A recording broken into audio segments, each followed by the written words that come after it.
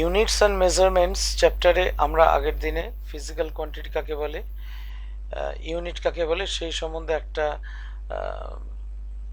ধারণা দেওয়ার চেষ্টা করেছিলাম, কনসেপ্ট বিল্ড করবার চেষ্টা করেছিলাম। আজকে আমরা খানিকটা তোমার বোর্ড ওয়ার্ক করব, মানে আমাদের যেগুলো মানে জানতে হবে সেই নিয়ে একটুখানি বোর্ড ওয়ার্ক করব। আচ্ছা, ফিজিক্যাল কোয়ান্টিটি কাকে বলেছিলাম না? ফিজিক্যাল কোয়ান্টিটি হচ্ছে যা মাপতে পারি, those items which can be measured, যে প্যারামিটারগুলোকে আমরা মেজার করতে পারি সায়েন্টিফিক্যালি। এবং মেজারমেন্ট তাকেই বলবো আর কি, যেটা তুমি মাপলেও যা পাবে আমি মাপলেও তাই পাবো। যদি একই যন্ত্র দিয়ে মাপি দুজনেই একই রিডিং পাবো, সেইটাকে মানে সেই ধরনের জিনিসটাকেই বলা হয় মেজারমেন্ট। এবং ফিজিক্যাল কোয়ান্টিটিকে যদি মাপি কোনো একটা নির্দিষ্ট ফিজিক্যাল কোয়ান্টিটিকে, তাহলে তুমি মাপলেও যা পাবে আমি মাপলেও তা পাবো না। হুম, সব ধরনের কোয়ান্টিটির ক্ষেত্রে তা হয় না, সব ধরনের বিষয়ে তা হয় না। এই যে কোনো কোনো একটা ঘটনায় কারোর আনন্দ হয় কারোর দুঃখ হয়। ধরো একটা বাচ্চা ছেলে, সে একটা জিনিস তার থেকে নিয়ে নেওয়া হয়েছে, সেই জন্যে বাচ্চা ছেলেটা কাঁদছে বায়না করছে, সেটা তার পক্ষে ক্ষতিকর বলে, আর তুমি সেটা নিয়ে নিয়েছো, তোমার তো ওর কান্না দেখে তোমার তখন হাসি পাচ্ছে। হ্যাঁ, এই আর কি। তার মানে একই ঘটনা, রিয়াকশনটা দুজনের ক্ষেত্রে দুরকম। তাহলে এটাকে আমরা ফিজিক্যাল কোয়ান্টিটি সেই প্যারামিটারে বলতে পারবো না, মাপতে তো পারবোই না। দ্বিতীয় কথা হচ্ছে সেই প্যারামিটার থেকেও, তার মানে যে জিনিসটা দুজনের কাছে দুরকম মানে বহন করে, অর্থ বহন করে, সেইটা তার মানে মোটেও ফিজিক্যাল কোয়ান্টিটি নয়। আচ্ছা, আমরা ফিজিক্যাল কোয়ান্টিটি পড়তে গিয়ে প্রথমে দু ধরনের কোয়ান্টিটির কথা আলোচনা করব। একটাকে বলা হয় স্কেলার কোয়ান্টিটি, একটাকে বলা হয় ভেক্টর কোয়ান্টিটি। একটাকে বলা হয় স্কেলার কোয়ান্টিটি আর একটাকে বলা হয় ভেক্টর কোয়ান্টিটি। এইখানে লিখি।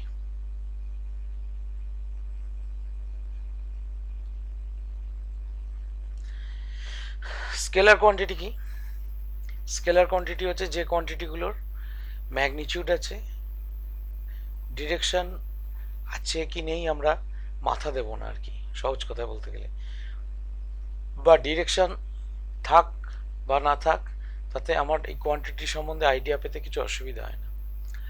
কিন্তু ভেক্টর কোয়ান্টিটি হচ্ছে সেই কোয়ান্টিটি যার ম্যাগনিটিউডের সঙ্গে সঙ্গে ডিরেকশনটাও আমার জানা দরকার। উদাহরণ একটা দিই তাহলে বুঝতে পারবে। ধরো ফোর্স।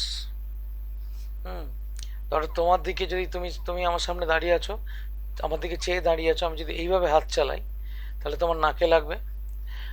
আমি যদি এইভাবে হাত চালাই তোমার থুত নিতে লাগবে। হ্যাঁ, যদি এইভাবে হাত চালাই তাহলে মাথায় লাগবে। তাহলে একই ফোর্স দিচ্ছি, কিন্তু প্রত্যেকটা ক্ষেত্রে তার এফেক্টটা আলাদা আলাদা হবে।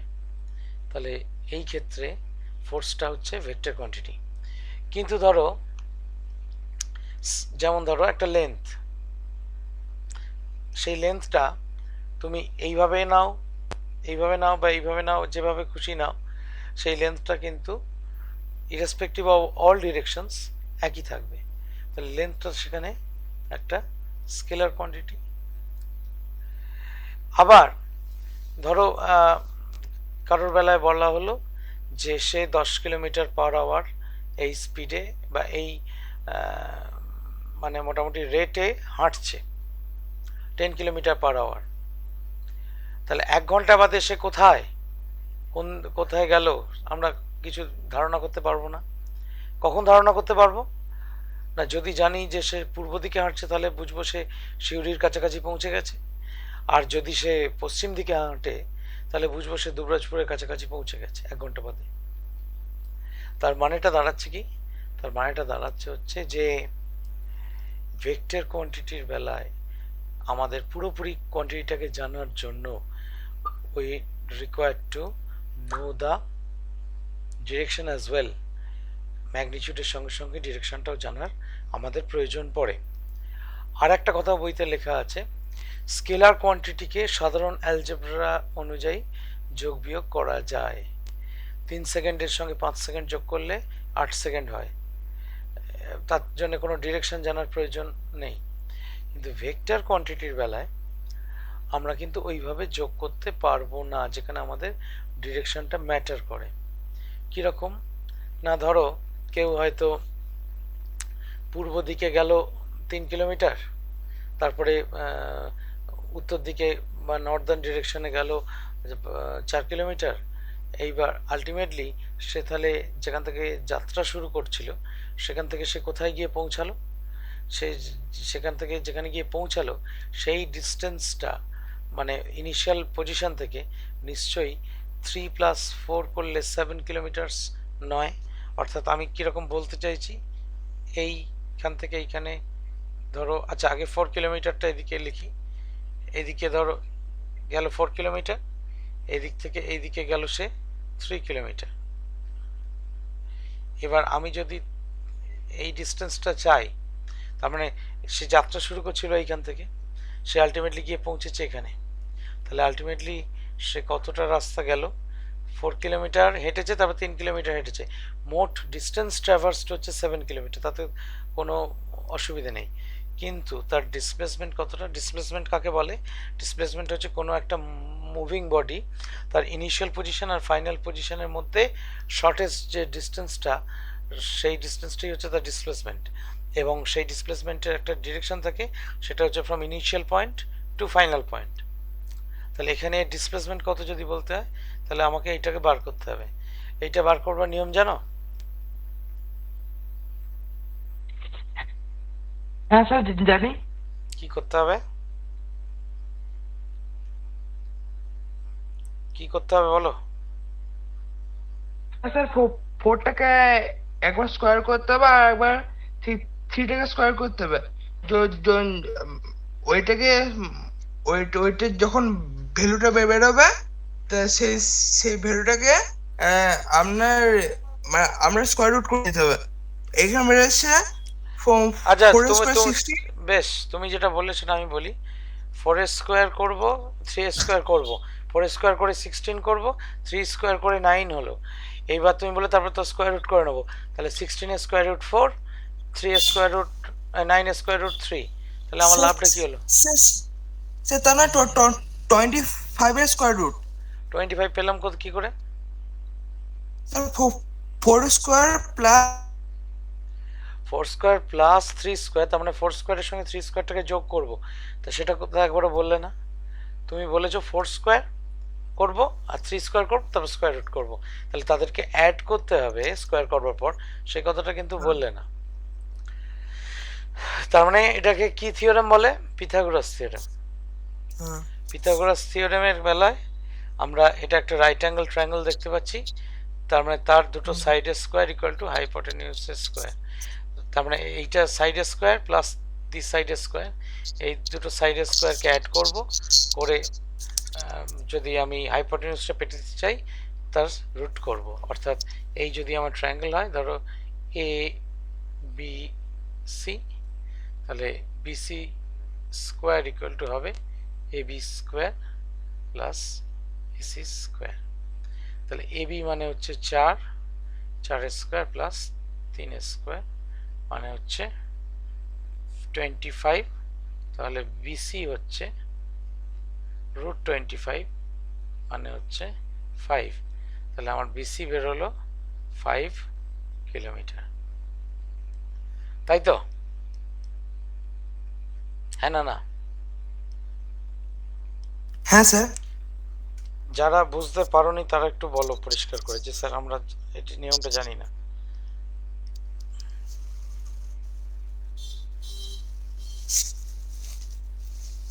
সকলে জানা আছে তাহলে? হ্যাঁ স্যার। বেশ, হ্যাঁ স্যার। তাহলে আমরা এই ক্ষেত্রে দেখলাম যে এমনি সাধারণ যে যোগের নিয়ম 4+3 করলে কিন্তু 5 পাওয়া যায় না। তাহলে এটা কিরকম ধরনের যোগ? এই ধরনের অ্যাডিশনকে বলা হয় ভেক্টর অ্যাডিশন, ঠিক আছে? এবং এই ভেক্টর অ্যাডিশন একটা রুল ফলো করে, সেই রুলটাকে বলে ট্রায়াঙ্গেল রুল। ভেক্টর অ্যাডিশন যে রুলটা মেনে হয় follows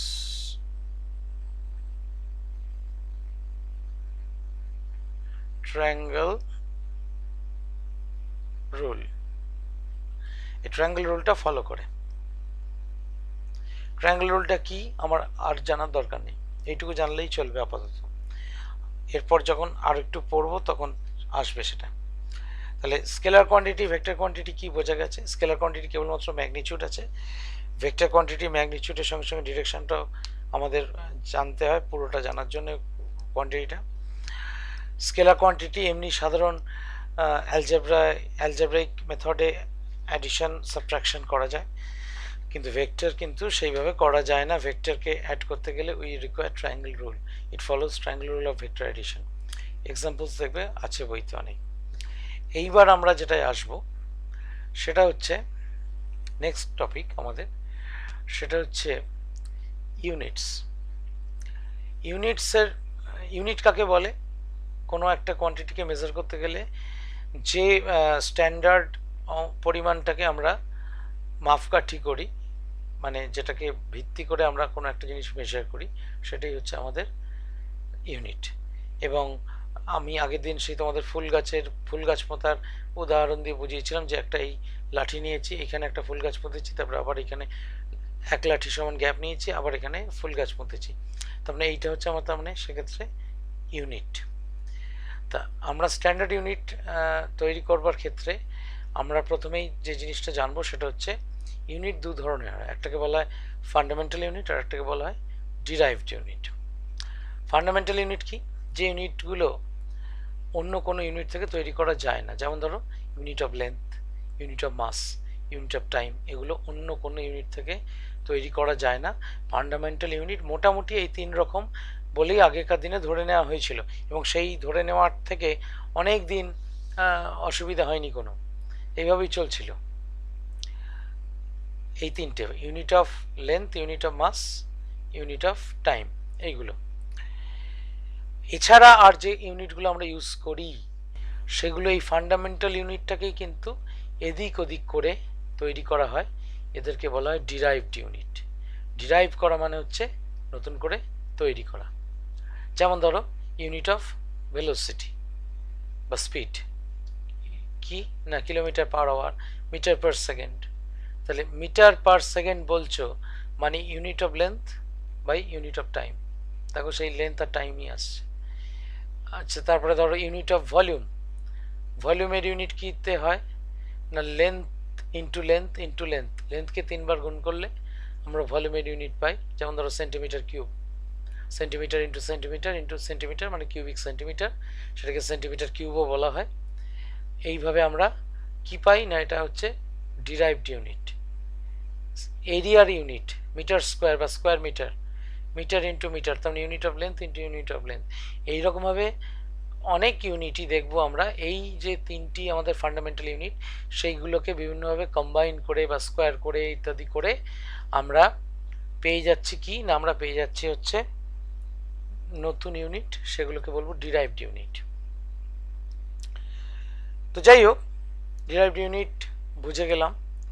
এবার যে জায়গাটায় আমরা আসবো সেটা হচ্ছে এই যে ফান্ডামেন্টাল ইউনিটগুলো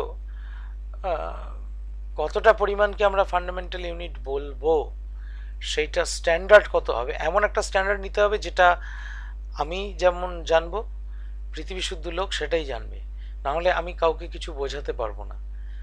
ওই যেমন সেই আগের দিন একটা উদাহরণ দিচ্ছিলাম, আমি একটা যন্ত্রাংশ বিদেশ থেকে আমদানি করছি, আমি তাকে বললাম এত সেন্টিমিটার বাই অত সেন্টিমিটার করতে, আমি সেন্টিমিটার বলতে যা বুঝি, বিদেশের লোকটা যদি অন্য কিছু বোঝে তাহলে কিন্তু আমার যন্ত্র যেটা আমি আনাবো সেটা কিন্তু আমার আর কাজে লাগবে না। তাহলে কি দাঁড়ালো ব্যাপারটা? তাহলে দাঁড়ালো যেটা, যে আমায় যেটা স্ট্যান্ডার্ড হিসেবে নিতে হবে ইউনিটকে, সেটা যেন সারা বিশ্বব্যাপী, সারা পৃথিবীব্যাপী সমস্ত লোক যেন একইভাবে নেয়। সেই জন্যে সেই সময় থেকে দুটো সিস্টেম অফ ইউনিটস সারা পৃথিবীতে শুরু হয়েছিল। একটাকে বলতো ফ্রেঞ্চ সিস্টেম আর একটাকে বলতো ব্রিটিশ সিস্টেম। ফ্রেঞ্চ সিস্টেম আর ব্রিটিশ সিস্টেম, ফ্রান্সের সঙ্গে ইংল্যান্ডের কিন্তু অনেক ক্ষেত্রেই রেষারেষি ছিল, যদিও কাছাকাছি দুটো দেশ, হ্যাঁ, সামান্য তফাৎ দুজনের মধ্যে, মাঝে কেবলমাত্র ইংলিশ চ্যানেলটাও বুঝতেই পারছো অনেকেই সাঁতরে পেরিয়েছেন বেশি, মানে সমুদ্র বলতে যত বড় বোঝায় অত বড় বিরাট নয়, ইংলিশ চ্যানেল, একটা সরু ছোট্ট সমুদ্র আর কি। তা সেই বোধহয় nearest distance between France and England মোটামুটি 73 কিলোমিটার্সের মতো হয় বোধহয়। ওই 73 কিলোমিটার ডিস্টেন্সটা অনেকেই সাঁতরে পেরিয়েছেন আর কি।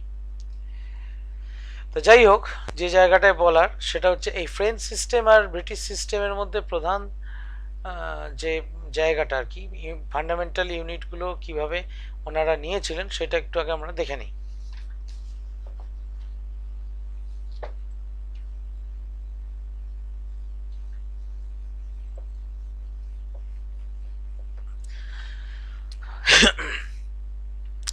এটা ধরো ফ্রেঞ্চ সিস্টেম, আর এদিকে লিখছি ব্রিটিশ সিস্টেম।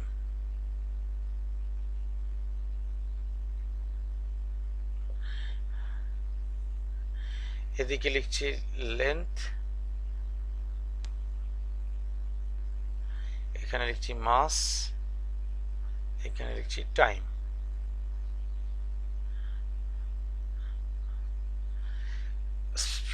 ফ্রেঞ্চ সিস্টেমের লেন্থ মাপা হতো সেন্টিমিটার ইউনিটে, মাস মাপা হতো গ্রাম ইউনিটে, আর টাইম মাপা হতো সেকেন্ড ইউনিটে। এর বেলাতে এটা মাপা হতো ফুট, এটা মাপা হতো পাউন্ড, এটা হতো সেকেন্ড। সেকেন্ডটা দুটো একই ব্যাপার। ব্রিটিশ সিস্টেমের সঙ্গে ফ্রেঞ্চ সিস্টেমের কোনো তফাৎ ছিল না। তাহলে এইটার ফার্স্ট লেটার সি, এইটা জি, এটা এস, তাহলে এই সিস্টেমটাকে সংক্ষেপে সিজিএসও বলা হতো। আর এইটা এফ পি আর এস, এটাকে সংক্ষেপে এফপিএসও বলা হতো। এইবার ফ্রেঞ্চ সিস্টেমে একটা মজা আছে। কি সেই মজাটা? না, মজাটা হচ্ছে দেখো, ফ্রেঞ্চ সিস্টেমের ক্ষেত্রে হায়ার ইউনিট থেকে লোয়ার ইউনিটে যাওয়ার জন্য আমায় জাস্ট 10 দিয়ে মাল্টিপ্লাই করলেই আমার কিন্তু কাজ মিটে যায়। এর বেলাতেও তাই, এর বেলাতেও কিন্তু আমরা জাস্ট গ্রাম থেকে কিলোগ্রাম, গ্রাম থেকে মিলিগ্রাম, এই যে কনভার্সনগুলো মানে 10-এর মাল্টিপল দিয়ে মাল্টিপ্লাই করলে বা ডিভাইড করলে আমার কিন্তু কাজ মিটে যায়। সেকেন্ডটা বাদ রাখলাম। আর এই ব্রিটিশ সিস্টেমের বেলায় কিন্তু সিস্টেমটা তা নয়। ব্রিটিশ সিস্টেমের বেলায় মোটামুটি 1 ফুট হচ্ছে 12 ইঞ্চেস। তোমাদের কারো কারো স্কেলে এই ফুট ইঞ্চেসের দাগটা আছে। তারপরে 3 ফিট, এটা প্লুরাল হচ্ছে ফিট, 3 ফিটে 1 ইয়ার্ড, বাংলা যেটাকে গজ বলে। এবার 1760 ইয়ার্ডস, এটাকে বলা হয় 1 মাইল। এবং সেই জন্যেই আমাদের দেশে আগেতে কিছুটা অন্তর অন্তর যে পাথর পোঁতা থাকতো রাস্তার ধারে দূরত্ব মাপার জন্য, সেটাকে মাইলস্টোন নাম হয়েছিল। যদিও এখন আর সেই মাইলস্টোন নামটা থেকে গেছে, কিন্তু এখন সেটা কিলোমিটার অন্তর অন্তর দেওয়া থাকে। সেটা কিলোমিটার স্টোন আর বলা হয় না, মাইলস্টোনই বলা হয়। এবং মাইলস্টোন শব্দটা ইংরেজি সাহিত্যে তো ব্যবহার হয় যে he left A milestone in this field of physics, মানে তিনি একটি মাইল ফলক তৈরি করেছেন ফিজিক্সে, মানে হচ্ছে তিনি অনেক কিছু কাজ করেছেন যেটা ফিজিক্সের ইতিহাসে একটা ছাপ রেখে গেছে। সেই জন্য মাইলস্টোন কথাটা অনেক বেশি ব্যবহার হয় আর কি। বিশেষ করে ব্রিটিশ মানে ইংলিশ লিটারেচার, ইংলিশ ভাষাটা তো ব্রিটেনের লোকজনেরই তো মাতৃভাষা। আর আমাদের ভারতবর্ষ দেশটা যেহেতু প্রায় 200 বছর ব্রিটিশ শাসনে ছিল, সেই জন্য we were more acquainted with this things. আমরা এইগুলো বেশি ব্যবহার করতাম। আগেকার দিনে পাউরুটি বা কেক বিক্রি হতো এই পাউন্ড ইউনিটে। ফুট এখনো পর্যন্ত কোথাও পাঁচিল গাঁথতে গেলে বা কোনো কাঠের মাপ নিতে গেলে আমরা ফুটে হিসেব করি। এটা আমাদের জাস্ট 190 ইয়ার্স, অ্যারাউন্ড 200 ইয়ার্সের যে কলোনিয়ালিজম, তার আর কি ফল। এই কারণেই কিন্তু আমরা এখনো পর্যন্ত এই ফুট পাউন্ড ছাড়তে পারিনি। কিন্তু এদের মধ্যে রিলেশনগুলো বিদঘুটে, এবং বুঝতে পারছো 10-এর মাল্টিপল বা সাব মাল্টিপল নয়, তাহলে গুণ ভাগ করতে গেলে খুব সহজে করা যায় না। ক্যালকুলেটর থাকলে সুবিধা হয়। এর বেলায় সেই সুবিধাটা আছে সেন্টিমিটার গ্রাম সেকেন্ডের বেলায়। এবার এদের মধ্যে রিলেশন আছে, মোটামুটি 1 ফুট সমান বা 1 ইঞ্চ সমান রাদার, মোটামুটি 1 ইঞ্চ সমান ওই 2.54 সেন্টিমিটারের মতো হয়, কাছাকাছি, নিয়ার অ্যাবাউট 2.54 সেন্টিমিটার। বা ধরো গ্রাম মানে 1 পাউন্ড সমান মোটামুটি হয় 453 পয়েন্ট সামথিংটা আমারও মনে নেই, এত গ্রামের মতো, 450 গ্রামের একটু বেশি। তা এইরকম উদ্ভট রিলেশন। তা যাকগে, আমরা যে জায়গাটায় ফিরে আসবো আবার, যে এই সমস্যা দুরকম সিস্টেম, কোনো দেশ ফুট ব্যবহার করে, কোনো দেশ সেন্টিমিটার ব্যবহার করে। এই সমস্যাগুলোকে কাটানোর জন্য একটা আন্তর্জাতিক বা ইন্টারন্যাশনাল সিস্টেম তৈরি হলো, যার নাম হলো MKS সিস্টেম। এই ব্রিটিশ ফ্রেঞ্চ সব উড়িয়ে দিয়ে মূলত সেটা এই CGS সিস্টেমটাকেই ফলো করে। কীরকম না, সেটাকে বলা হতো MKS সিস্টেম। এখানে সেন্টিমিটার, ফুট এগুলো সব বাতিল করে দিয়ে লেখা হলো মিটার, কিলোগ্রাম, সেকেন্ড। তাহলে বুঝতেই পারছো, মিটারের M, কিলোগ্রামের K, সেকেন্ডের S, এই তিনটাকে মিলিয়ে MKS সিস্টেম। এবং মিটারটা দেখো সেন্টিমিটার স্কেল থেকে এসছে, কিলোগ্রামটাও তাই, কিলোগ্রামটা তোমার গ্রামের জাস্ট হায়ার ইউনিট, সেকেন্ডটা তো ছিল, সেকেন্ডটা যেমন তেমনই রইল। এর ক্ষেত্রে সুবিধে কি, এগুলো সবই ডেসিমেল কনভার্সন এদের বেলায় অ্যালাউড, অর্থাৎ গ্রাম থেকে কিলোগ্রাম বা গ্রাম থেকে মিলিগ্রাম, মিটার থেকে সেন্টিমিটার, মিটার থেকে কিলোমিটার, আমরা কেবলমাত্র ডেসিমেল পয়েন্টটাকে শিফট যদি করি, তাহলেই কিন্তু আমরা হায়ার ইউনিটস থেকে লোয়ার ইউনিটস বা লোয়ার ইউনিটস থেকে হায়ার ইউনিটসে পৌঁছে যেতে পারবো। এইরকম চলতে চলতে দেখা গেল যে এই তিনটিকে ফান্ডামেন্টাল ইউনিট হিসেবে নিয়েছিলাম, তো এরা কিন্তু সমস্ত ধরনের ফিজিক্যাল কোয়ান্টিটিকে কিন্তু ডিফাইন করতে পারছে না। যেমন ধরো টেম্পারেচার, তাপমাত্রা, লেন্থ, মাস, টাইম, এই কোনোটা দিয়ে কিন্তু তাপমাত্রাকে আমরা এক্সপ্রেস করতে পারছি না। তখন যারা এই নিয়ে কাজ করছেন তারা সব মানে মিটিং করে ঠিক করলেন যে আরও 4টে ইউনিটকে ফান্ডামেন্টাল কোয়ান্টিটি বলে ধরে নেওয়া হবে। আরও 4টে ইউনিট, লেন্থ, মাস, টাইম ছাড়া। সেই 4টে কি কি? সেই 4টে, তার মধ্যে তখন আর এটাকে MKS নামটা উঠে গেল, তখন এটাকে বলতো SI বা SI system. SI stands for system international. এটা কথাটা হচ্ছে ফরাসি কথা, বা ইংরেজিতে যদি উচ্চারণ করতে হয় বা এটা বলতে হয়, এর ইংরেজিটা হচ্ছে ইন্টারন্যাশনাল সিস্টেম অফ ইউনিটস। এই সিস্টেম ইন্টারন্যাশনাল, এইটা আর কি I আর S, এই জন্য SI।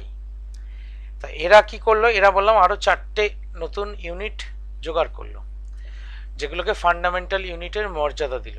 সেই 4টে ইউনিট কি? একটা হচ্ছে unit of absolute temperature. Temperature তোমরা জানো, অ্যাবসলিউট টেম্পারেচার কি এক্ষুনি জানার দরকার নেই, কেন এটাকে অ্যাবসলিউট বলা হয় যখন আসবে তখন আমরা আলোচনা করব। এটা মাপার জন্য যে ইউনিটটা নিয়ে আসা হলো সেটা হচ্ছে কেলভিন। বেশ, এরপর হচ্ছে কারেন্ট স্ট্রেংথ। তোমরা এই ইউনিটটা নিশ্চয়ই ব্যবহার শুনেছ, অ্যাম্পিয়ার। দেখবে বাড়িতে যে সমস্ত বৈদ্যুতিক সরঞ্জাম আছে, বিশেষ করে প্লাগ পয়েন্ট, সেখানে 5 অ্যাম্পিয়ারের প্লাগ পয়েন্ট হয়, 15 অ্যাম্পিয়ারের প্লাগ পয়েন্ট হয়। অ্যাম্পিয়ার শব্দটা, অ্যাম্পিয়ার ইউনিটে ইলেকট্রিক কারেন্ট কতটা ফ্লো করছে সেটা মাপা হয়। তোমার এই কারেন্ট স্ট্রেংথ এটাকে একটা ফান্ডামেন্টাল ইউনিট বলে ধরে নেওয়া হলো। এছাড়া আর কি হলো, আর একটা হলো হচ্ছে কোয়ান্টিটি অফ সাবস্টেন্স।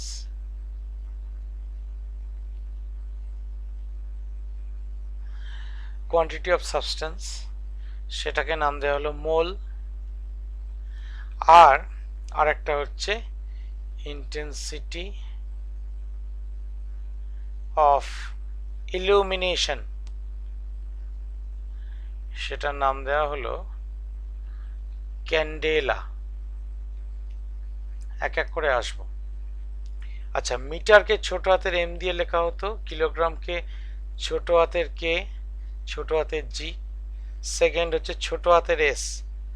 কেউ যদি SEC লিখে দাও ভুল করে, তাহলে কিন্তু একদম ঘচাং ফু হয়ে যাবে। SEC কিন্তু লেখা যাবে না। অ্যাবসলিউট টেম্পারেচার কেলভিনকে ক্যাপিটাল কে লেখা হয়। টেম্পারেচার কিন্তু ডিগ্রি সাইন ব্যবহার করা হয় না, মাইন্ড দিস। আমরা যেমন তাপমাত্রা ডিগ্রি সেলসিয়াস, ডিগ্রি ফারেনহাইট এইসবে মাপি, এখানে অ্যাবসলিউট টেম্পারেচার ডিগ্রি চিহ্নটাকে বসানো হয় না। কারেন্ট স্ট্রেংথ অ্যাম্পিয়ার লেখার জন্য ক্যাপিটাল এ ব্যবহার করা হয়।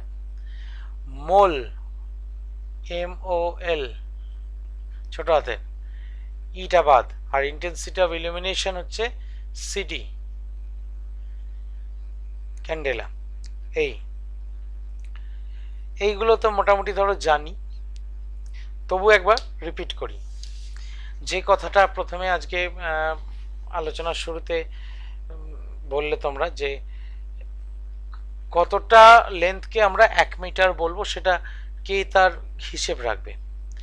তার জন্য ফ্রান্সে একটা কি বলবো অফিস আছে, weights of office of the weights and measures আর কি, তার একটা অফিস আছে। সেই অফিসের মধ্যে প্ল্যাটিনাম ইরিডিয়াম অ্যালয়ের একটা রড একটা নির্দিষ্ট টেম্পারেচার, বোধহয় সম্ভবত 0 ডিগ্রি সেলসিয়াস টেম্পারেচারে একটা কাঁচের বাক্সের মধ্যে রেখে দেওয়া আছে। সেই রডটার লেন্থটাই হচ্ছে কিন্তু এক্স্যাক্টলি 1 মিটার।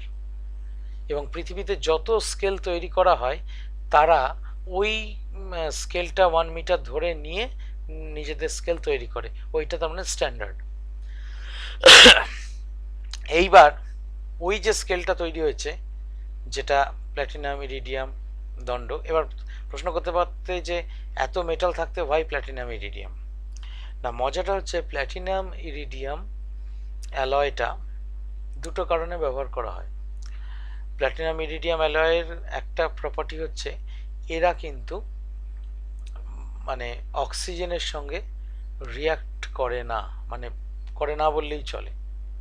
কেন স্যার, করলে কি হতো না, ধরো আমি লোহার একটা রড নিলাম 1 মিটার লম্বা, সেটা 1 বছর বাদে জং ধরে গেল, মরচে ধরে গেল, দিয়ে ক্ষয়ে গেল, সেখানে হয়তো 99 সেন্টিমিটার হয়ে গেল, কি 99.5 সেন্টিমিটার হয়ে গেল, 1 মিটার আর রইল না, তাহলে তো মুশকিল। তাহলে আমাকে প্রোটোটাইপটা এমন বানাতে হবে যাতে করে সেটা প্রকৃতির সঙ্গে কোনো রিয়াকশন করবে না এবং সেটা যেমন তেমনই রয়ে যাবে বছর পর বছর। এটা একটা কারণ। আর 2 নম্বর কারণ হচ্ছে এরা উষ্ণতার পরিবর্তনের সঙ্গে দৈর্ঘ্যের পরিবর্তন এদের খুব কম হয়।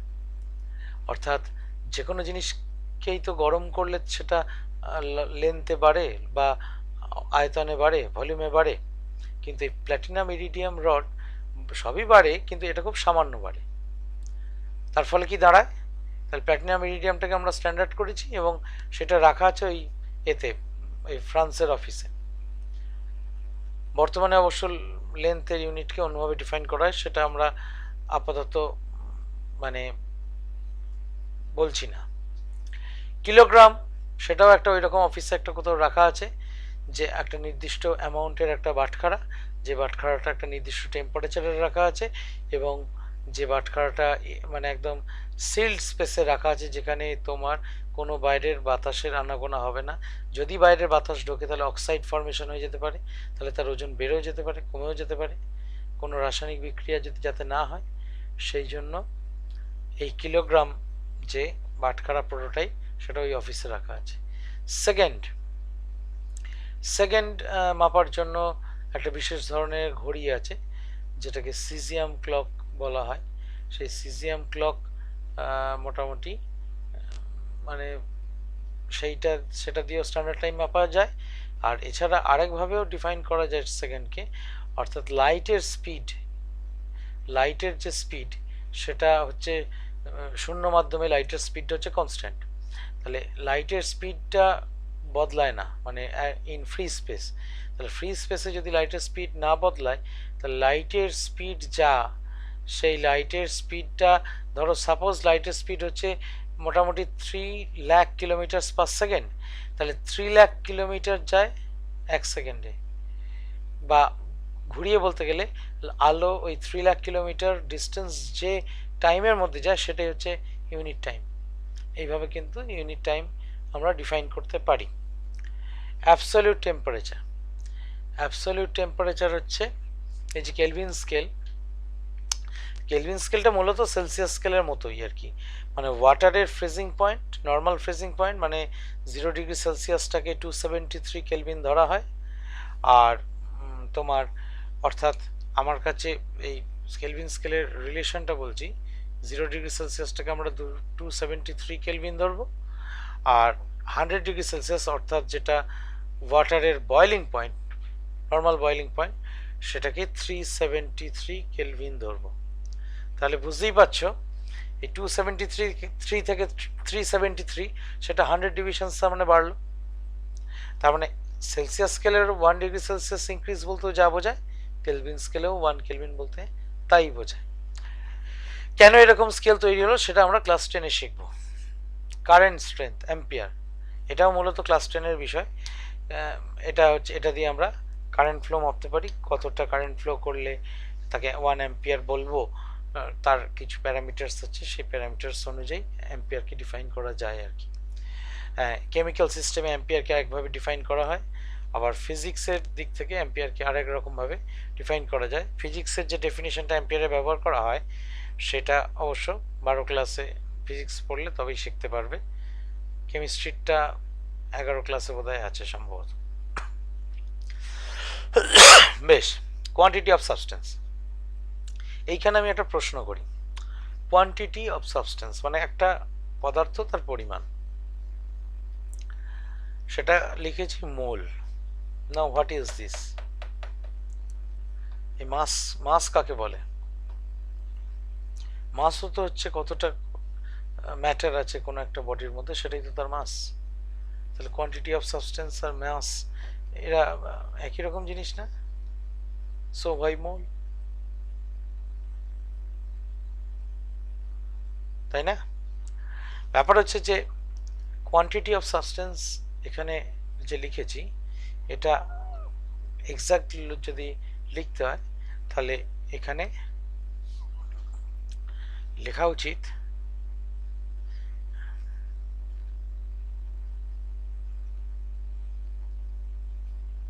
কোয়ান্টিটি না লিখে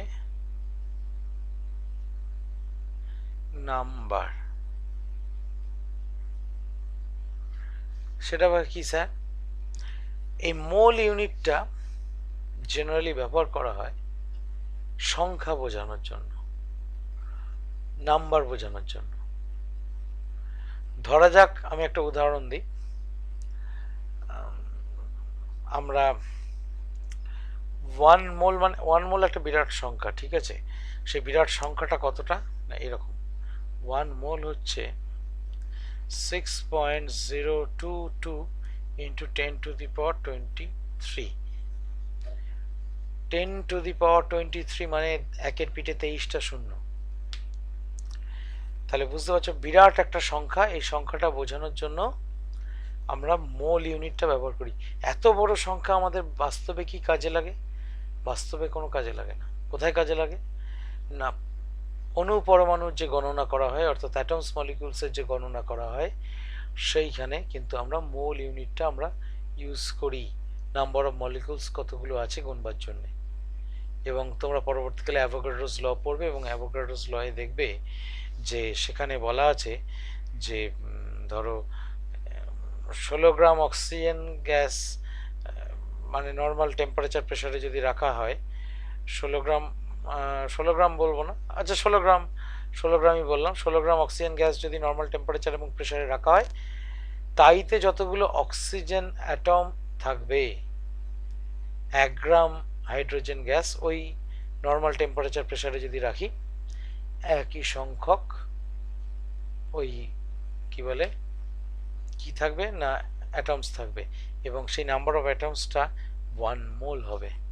16 গ্রাম oxygen gas at normal temperature and pressure will contain 1 mole number of atoms, তেমনি 1 গ্রাম of hydrogen at normal temperature and pressure বা at standard temperature and pressure, standard pressure মানে নর্মাল অ্যাটমসফিয়ারিক প্রেশার, আর standard temperature মানে 0 degree Celsius, এই temperature এবং প্রেশারে দেখা যাবে 1 গ্রাম hydrogen গ্যাসের মধ্যেও কিন্তু 1 মোল নাম্বার অফ হাইড্রোজেন অ্যাটমস আছে। তাহলে বুঝতেই পারছো এত বড় সংখ্যা, 5টা 6টা 10টা তো নয়, 10⁻23। আমরা নাম্বারের যে ইউনিটগুলো হায়ার অর্ডার ইউনিটসগুলো ইউজ করি সেগুলো কি না, যেমন ধরো tense, hundreds, thousand, 10,000, lakh, million, billion ইত্যাদি ব্যবহার করি। তাহলে বিলিয়ন ট্রিলিয়ন অব্দি গেলেও কিন্তু 10⁻23তে আমরা পৌঁছাই না। তাহলে বুঝতেই পারছো 10⁻23 তার থেকে অনেক অনেক বড় ইউনিট, এবং ন্যাচারালি 1 মোল আমরা সেই ক্ষেত্রে ব্যবহার করি। সাধারণ যে কোনো আমাদের সাবস্টেন্সেই আমি মানে বাজার থেকে তোমার চাল কিনতে যাব, গম কিনতে যাব বা আটা কিনতে যাব, সেখানে আমরা কিন্তু মোল ইউনিট ইউজ করব না। আর আরেকটা হচ্ছে শেষেরটা যেটা পড়ে রইল, সেটা জাস্ট জেনে রাখো, আমাদের এই নিয়ে আর পড়াশুনো বিশেষ করতে হবে না, জাস্ট জানার জন্য। ইন্টেন্সিটি অফ ইলুমিনেশন, অর্থাৎ আলো পড়ছে, কতটা আলো পড়লে সেটাকে সেটা মানে আমরা তার তীব্রতাটাকে একরকম মাপে মাপতে পারবো। এই তীব্রতাটা আগে যে ইউনিটটা ব্যবহার করা হতো সেটা হচ্ছে ক্যান্ডেল পাওয়ার। ক্যান্ডেল পাওয়ার তোমার খুব মানে একটা ক্রুড ইউনিট। ক্রুড মানে হচ্ছে যেটা, যে ইউনিটটা খুব বলতে পারো খুব মানে তার অ্যাকুরেসি ছিল না আর কি, ক্যান্ডেল পাওয়ার। এবং ক্যান্ডেল পাওয়ার ইউনিটটা অনেক দিন ব্যবহার হতো, মানে ক্যান্ডেল পাওয়ার ইউনিটটা আমি ছোটোবেলায় দেখেছি, ওই যে হ্যাচাক কিনতে পাওয়া যেত কেরোসিন তেলে জ্বালানোর জন্য, সেই হ্যাচাকের যে ওই যে আলোটা হতো বাল্বটা, সেই বাল্বটা 1000 ক্যান্ডেল পাওয়ার বা 500 ক্যান্ডেল পাওয়ার এরকম সাইজের, অর্থাৎ 500টা মোমবাতি একসঙ্গে জ্বালালে যতটা আলো হবে সেই পরিমাণ আলো দেবে ওই একটা আলো। তা এই ব্যাপারটাতেও খানিক গড়বড় ছিল। কেন গড়বড় ছিল না, 500টা যে মোমবাতি জ্বালাবো, মোমবাতির শিখাটা যদি পোলতেটা দেখবে লম্বা হয়ে যায়, তাহলে শিখাটা বড় হয়ে যায়, আলো বেশি পাওয়া যায়। আবার শিখাটা তুমি যদি কেটে ছোট করে দাও, তাহলে দেখবে আলো কম পাওয়া যায়। সুতরাং আমার এই পরিমাণ কত হবে, বা এক এক ধরনের মেটেরিয়াল দিয়ে তৈরি, এক মানে তোমার ধরো মানে সাধারণ প্যারাফিনে তৈরি মোমবাতি এক রকমের আলো দেবে, আবার ধরো অন্য কোনো পদার্থ মানে যেটা বি ওয়াক্স হয়, সেই বি ওয়াক্স দিয়ে তৈরি মোমবাতি সেটা আরেক ধরনের আলো দেবে। তা সুতরাং এই অ্যাম্বিগুইটিটাকে কাটানোর জন্যে আমরা যে ইউনিটটা এখন ইউজ করি সেটা হচ্ছে ক্যান্ডেলা। এর চেয়ে বেশি আপাতত জানার আমার দরকার নেই। দেখো ইউনিট সম্বন্ধে আলোচনা যা করলাম পরিষ্কার হলো, মাথায় ঢুকলো?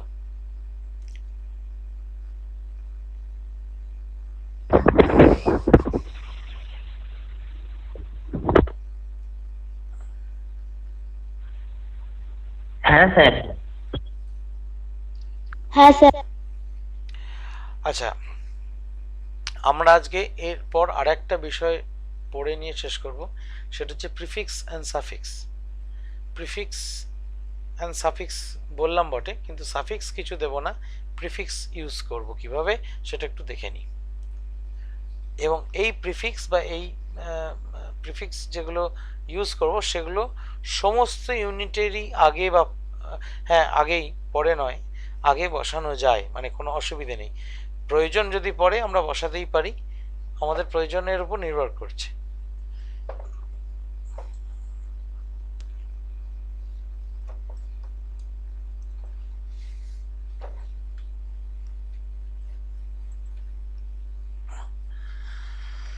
আচ্ছা,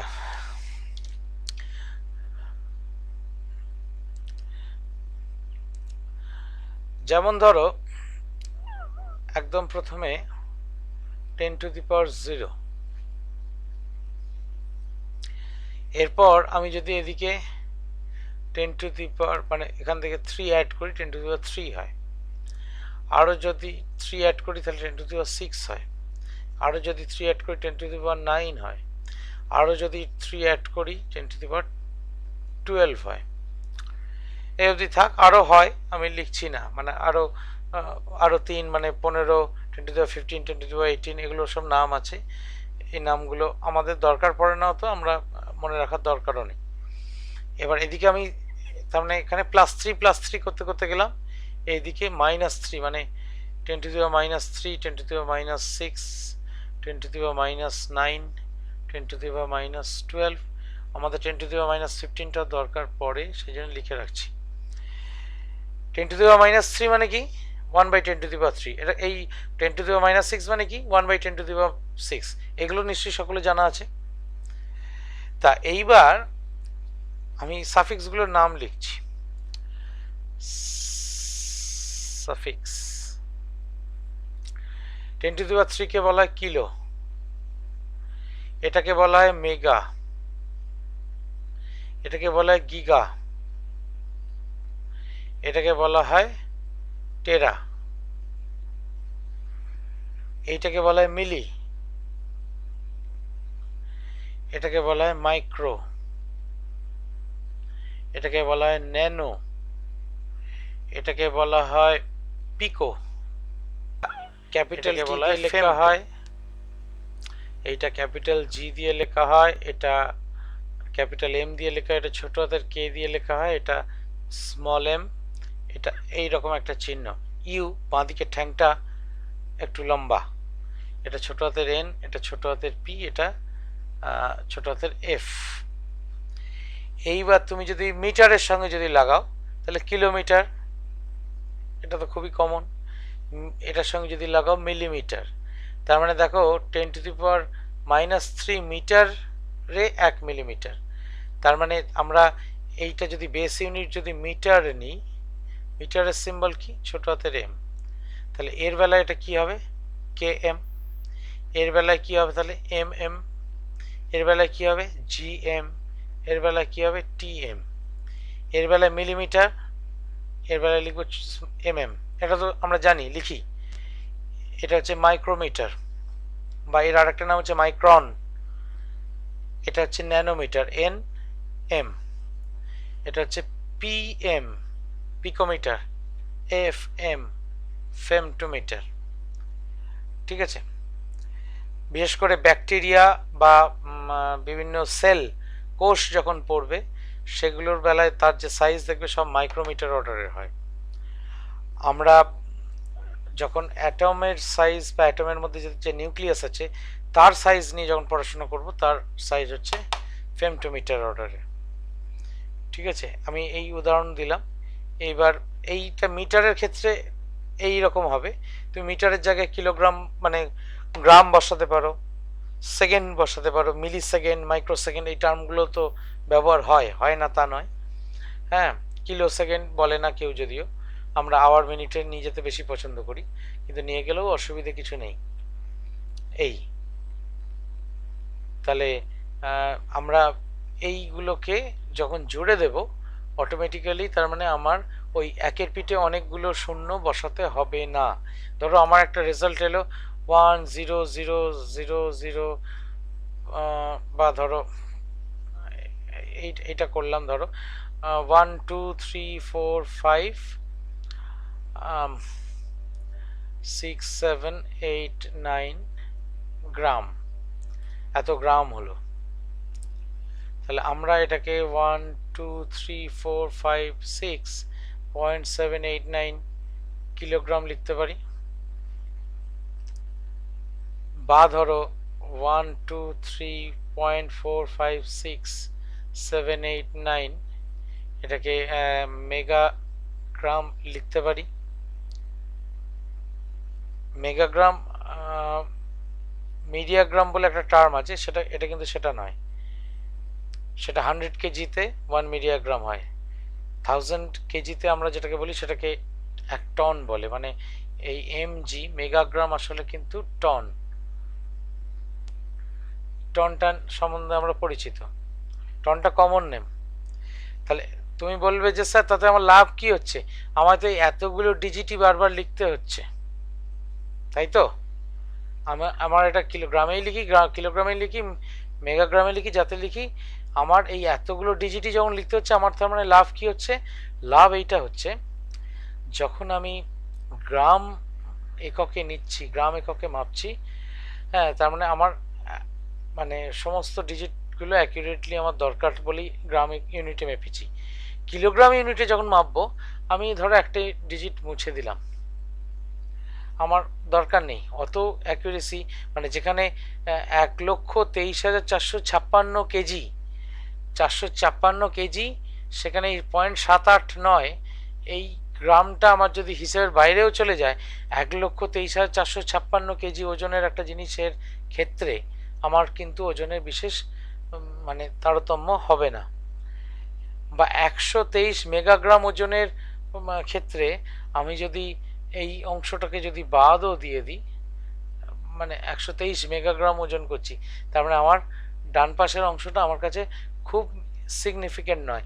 যেমন একটা উদাহরণ দিলেই বুঝতে পারবে, ধরো তোমার খাতায় আমি 3.7 সেন্টিমিটার একটা স্ট্রেট লাইন টানতে বললাম, তুমি অ্যাকুরেটলি মিলিমিটার মিলিয়ে 3.7 সেন্টিমিটারই লাইন টানলে, কিন্তু তোমায় যদি বলি যে তোমার ঘরের দেওয়ালে, মানে ইস্টার্ন ওয়াল থেকে ওয়েস্টার্ন ওয়ালের যে ডিস্টেন্স সেটা মাপো তো, সেই মাপার সময় যদি তোমার কিছু মিলিমিটারের এদিক ওদিক হয়ে যায়, কম বেশি হয়ে যায়, কিছু যায় আসে কি?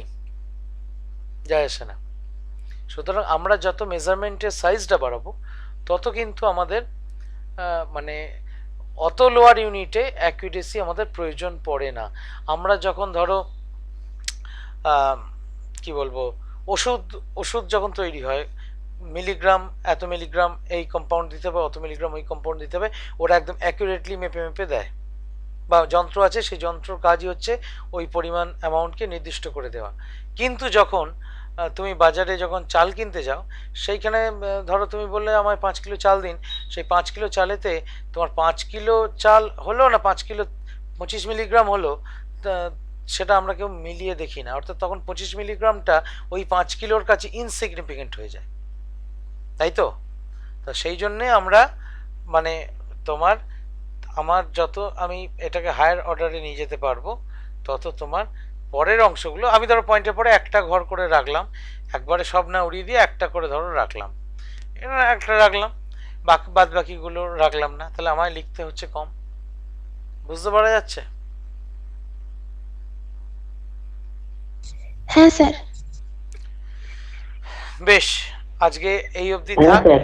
এইবার বইতে এই অংশটা যেখানে আছে সেটা এবার পড়ে দেখো, আর যদি আবার মনে হয় আরেকবার ক্লাসটা শুনবো, তাহলে শুনেও নিতে পারো, আমি দিয়ে দিলে। আজকের মতো তাহলে ক্লাস শেষ হলো, এবার লিভ করো তাহলে।